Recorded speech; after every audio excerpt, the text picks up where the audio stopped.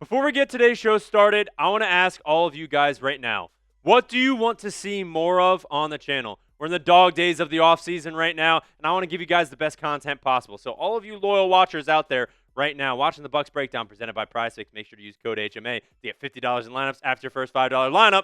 What do you want to see more of? Get down in the comment section and let me know.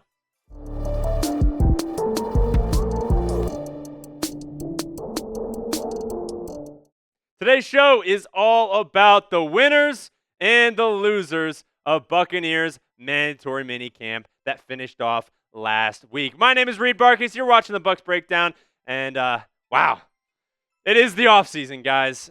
They canceled the last day of Mandatory Minicamp practice, which is actually just hilarious. They were like, yeah, we need some time off. But wherever you're watching, whenever you're watching, hope you're having a great day today, because that's what we're going to be talking about, the training camp dates that are coming up after this big off-season, time off right now. We got the rookies reporting July 27th, and the veterans reporting July 28th, the day after.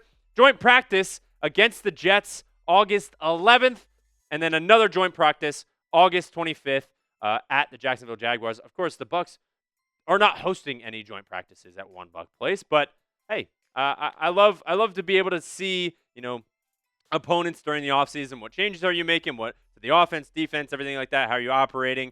The Jets are probably going to be operating the same way they operate every year. They don't know what they're doing, and that's sort of how it goes. But I'm very excited. And then the 30th I believe the 30th of July is open to the first practice open to the media. So if you guys are in Tampa, I wish I was.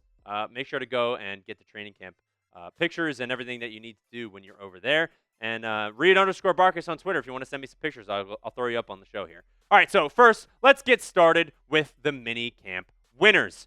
Number 3 is DeMonte Capehart, the D lineman out of Clemson, our 5th-round pick from this year's draft. Now you're saying, why is he a winner? He was actually hurt before OTAs, and he came out in mini camp to practice and stuff. But why he's a winner is because, yes, he had a wrist injury, but the 5th-round pick out of Clemson is going to have a little bit more run, I would say, with Vita Vea being out, right? He's got that hold-in that we're dealing with right now, and that's not the biggest thing that we love to see, right? Obviously, Adam Schefter breaking that news last week, and that just shows we're going to be looking at other players on this defensive line depth chart to step up and get some more run, right?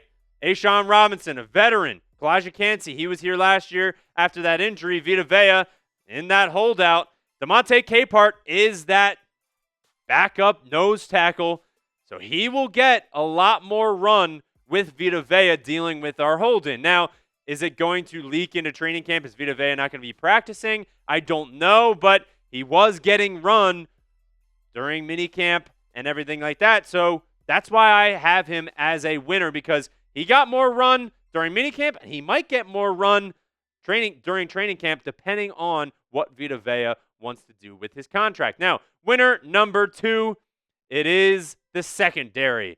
Now, I know you're probably watching this video and you're like, why would the secondary be number 2 on today's show? That's like our weakest link right now, and that's understandable. Santino, you're good to push that through.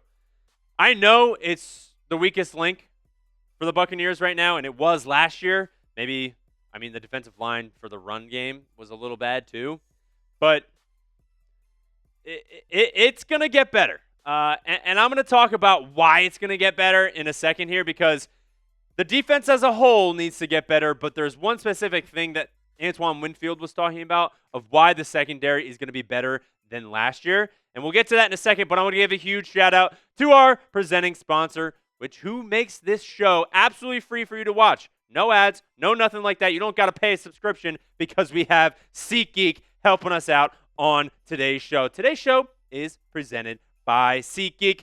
It is made possible, and when it's time to get out of the house, there's not many better options right now than a ball game. But if you're trying to go to a U.S.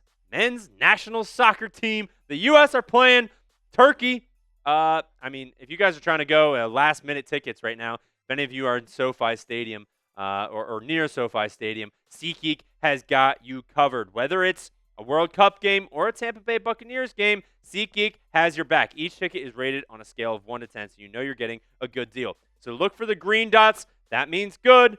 Red means bad. Obviously, you guys understand that. But as you can see in this next picture here, they have a bunch of stuff lined up of green seats that you can try and go to. Now, if you want to pick this one, the best thing about SeatGeek, I think, is you can see what your seat is going to look like.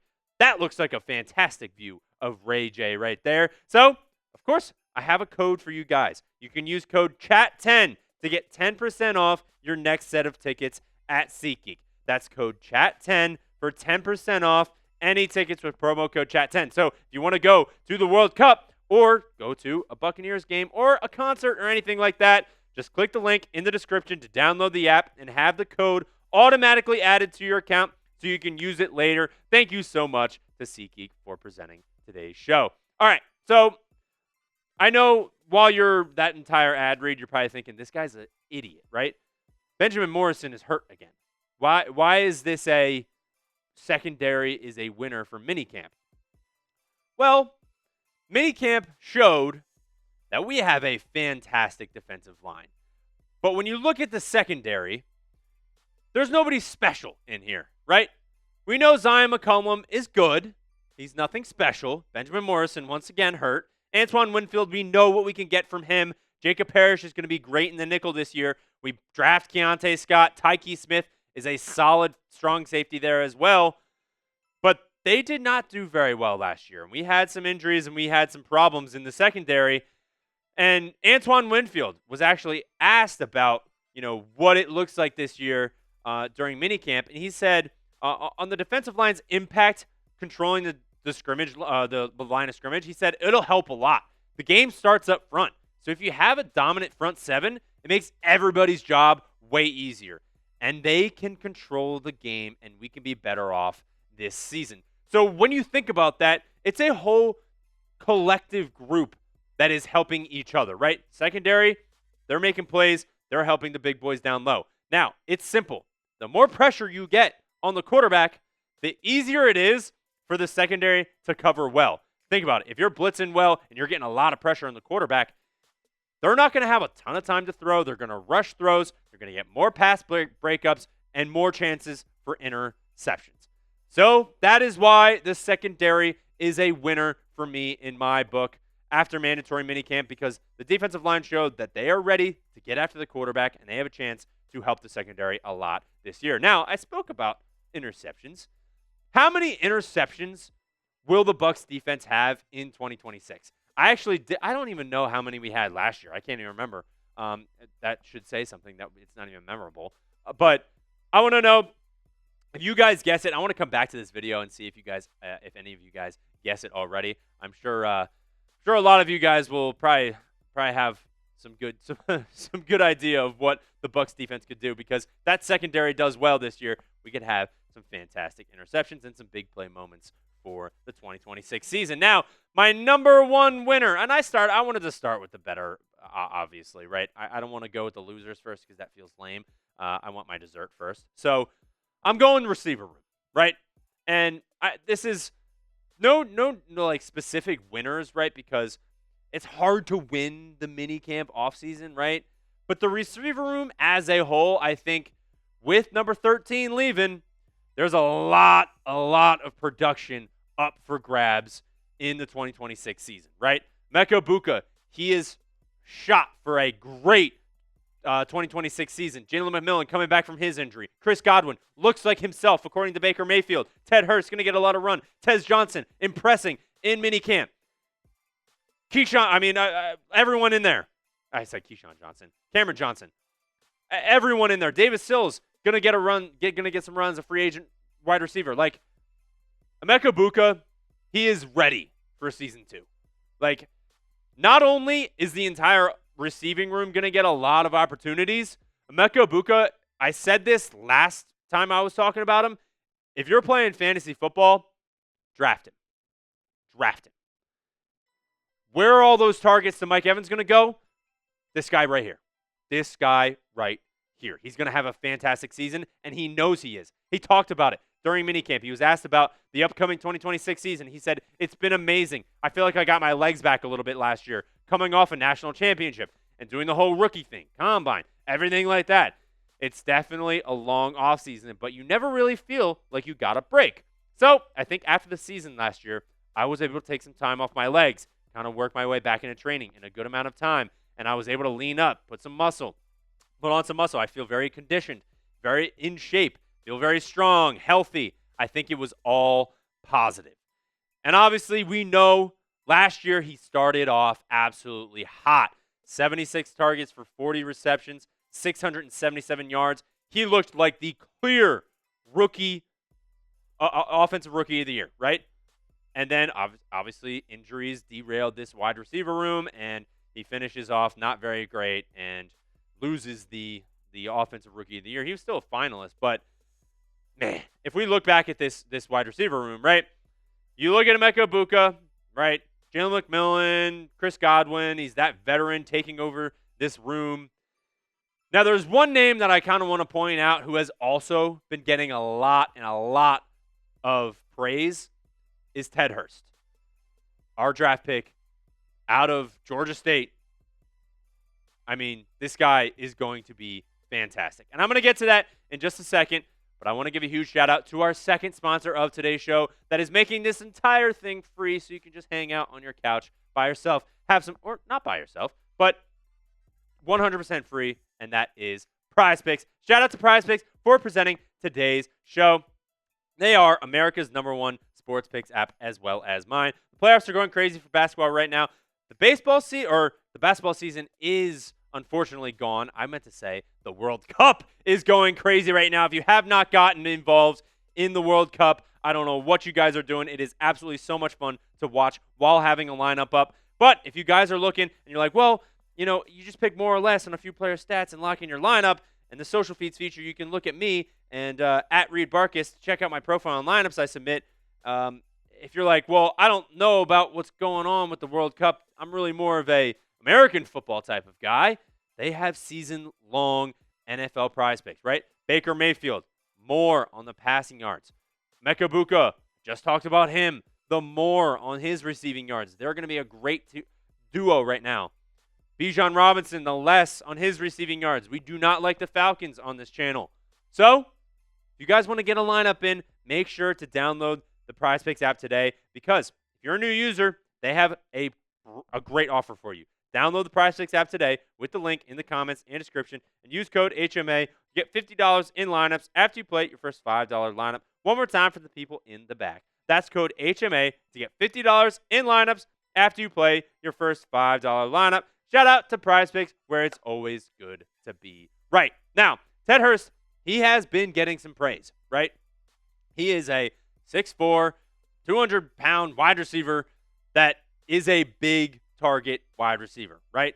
I think everybody knows the elephant in the room of Mike Evans leaving, who's going to fill that big X receiver role.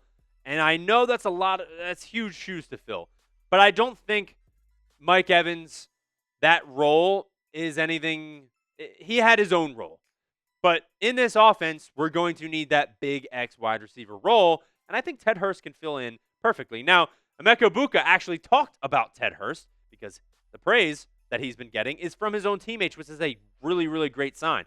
So he always ends up in the right spot at the right time. He has an elite catch radius. Obviously, he's a very long-limbed receiver, and he can play the jump ball very well. And I know that he has a basketball background. He has elite speed, and I think he is an athletic specimen who wants to continue to hone in his game and all the aspects of it, learning the playbook. Dude, I cannot wait to see what he can do on the outside, right?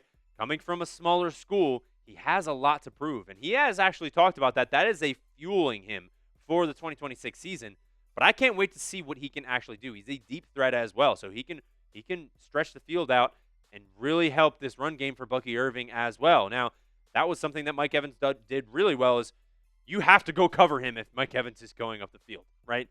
He's going to go up and get the ball, and I think that's what Ted Hurst can do, and that is that idea of the role on that offense that we're going to need, and that he can step in very well, I think. Because Baker Mayfield, I think, is also a winner. He's like a bonus winner because he has tons and tons of weapons in this wide receiver room just at his disposal. Now, I know a lot of people on the outside in NFL media are going to go, well, the Bucs, their wide receiver room sucks now because Mike Evans isn't there anymore. I love Mike Evans, but he was getting old. He was not on the field a ton, and he messed up the chemistry a little bit of what this wide receiver room could do, right? When he goes out, you got to move everyone around. So as long as everyone stays healthy and on the field, I hope Chris Godwin can stay healthy and be himself. Baker Mayfield's going to have a lot of weapons to choose from in 2026. Now on to the losers, right? Minicamp losers. Losers. Actually, I think Benjamin Morrison is a loser. Not that he is a loser, but he's just losing out on great time to become a better player in the NFL because he is once again hurt. He once again has a leg injury. He missed 7 games last year in 2025 with a hamstring injury. I feel for the guy, honestly. Like, I really hate that he continues to get hurt, and I hope this doesn't become a thing. But I think it already has become a thing. And I hate that I'm saying that because when you look at this cornerback depth chart, I have him slotted in at CB2 because I want Jacob Parrish at the nickel. Now, Jacob Parrish did say he's taking 50-50 snaps between outside and nickel, so he's ready for anything. But, like, I want Benjamin Morrison in there because when he's healthy, I think he's a very fine corner, right? And I don't want Keontae Scott having to sit in that nickel while Jacob Parrish is on the outside because, you know, we don't have a ton of depth in here. And that actually brings me to this quick question here. Should the Bucs sign a veteran cornerback? That's like a straight-up question. Let me know down in the comment section right now. Y for yes, N for no. Should they add somebody else to this room? It feels light, right? Benjamin Morrison, already hurt right now. He's a starting outside corner. We don't really have anyone else. I know Josh Hayes has been getting some run, but he's more of a special teamer. And actually, Todd Bowles was asked about this on signing a veteran corner. He said, I would like to see those guys get healthy. All right, talking about J.J. Roberts and Benjamin Morrison, actually Benjamin Morrison specifically, and go through the summer a little bit. Then I'll determine whether we need a veteran or not once I get a look at those guys. So, talk about getting a look. Let's take a serious look at Rasul Douglas, right? 6'2", 209, big outside corner. I know he's getting a little bit up there in age. He's 31 years old, but 62 tackles last year, 13 pass breakups. Let's take a serious look. I know we want to see what these guys can do. Hopefully Benjamin Morrison can get healthy in this time off before training camp, but why hasn't Rasul Douglas been signed yet? You know, like that's something that I'm in the back of my head, but at the same time, stuff like that just happens. Justin Simmons not signed. And Rasul Douglas, I think, would be a fantastic veteran option for this team. He's 15 games last year, 15 games in Buffalo, 16 games. He stays on the field. That's sort of what we need, right? That consistency and that able to play games. And he did not do terrible as a 31-year-old corner. So I think you bring him in, if anything, just for depth and a good veteran guy in the locker room as well. So, minicamp losers. We got one, Benjamin Morrison. Now we got the Bucs front office, right? And you're probably sitting there thinking, Bucs front office. What does that even mean, right? There's 2 very distinct decisions that this front office has to make, and I'm actually really glad I'm not in the front office because this is tough, right? Obviously, we have 2 guys that are not signed to a future contract after this year, and that is Baker Mayfield and Vita Vea. Said it before, 2 huge names, need and want to be paid. I've talked about it. These are 2 decisions that are going to be really, really tough for this front office, right? What is Baker Mayfield going to want? What does he want right now? Because apparently they are not close, and discussions are not anywhere close to what Baker Mayfield wants or what the Bucs want. And then Vita Vea, what does he want? He actually didn't do terrible last year, but he's obviously injuries and getting older. Like, if we start with Vita Vea first, excuse me, he's actually stayed on the field a lot, right? But he had that nagging foot injury, and then, but honestly, guys, if you take a look at the stats, they're nothing crazy, but they're actually very, very good for a nose tackle. 34 tackles, 7 TFLs, 4.5 sacks, and in 2024, he had one of his better seasons. 7 sacks as a nose tackle. I think that's pretty good. 42 tackles. But I think what Vita Vea brings you is not necessarily those production, but it's that physical presence down low in the defensive line, in the trenches. He's a great run stopper. So what does he want in a contract? And then you look over to the offensive side of the ball with Baker Mayfield. What does he want, right? He's looking for a big contract because the quarterback market just continues to go up and up and up. So what does he want in a contract? I don't know, but that offense this year is going to be interesting to see. But I'm eager to see what happens after camp, right? Or around training camp, because that's the biggest thing that we're going to have to talk about is Baker Mayfield said as soon as training camp's done and the season starts, it's all ball. We're not talking about contract. Vita Vea, on the other hand, we don't really know. We don't know what he wants. We don't know what they're talking about. We obviously want Vita Vea on this squad. Could they potentially be wanting to trade him? I wouldn't want to trade him. I think he's a great part of this defensive line and this team as a whole. Like, he's been here forever. I'm eager to see what happens, and we'll monitor it. That's why you subscribe.